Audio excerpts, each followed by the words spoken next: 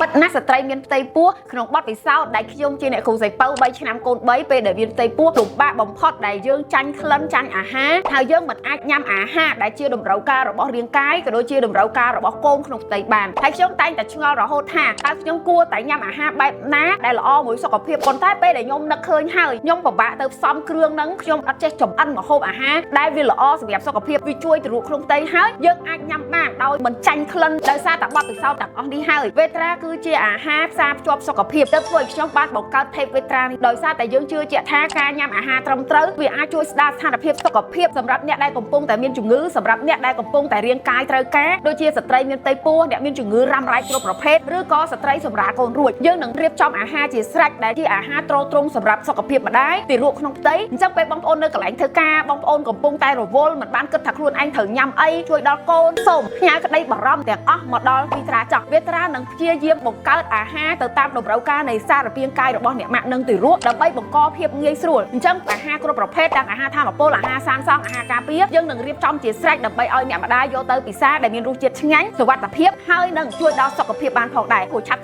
តិចទៀតវេត្រានឹងរៀបចំជាភោជនីយដ្ឋាន pick up មុនឲ្យបងប្អូនទាំងអស់គ្នាអាចពិគ្រោះពិភាក្សានិងញ៉ាំអាហារស្របតាមតម្រូវការនៃរាងកាយបានអរគុណច្រើនបងប្អូនទាំងអស់គ្នាពីខ្ញុំអ្នកគ្រូសៃពៅកុំភ្លេច follow page វេត្រាម្នាក់មួយផងដើម្បីទទួលបានយោបល់ល្អៗអំពីសុខភាពជាមួយនឹងអាហារផងដែរចា៎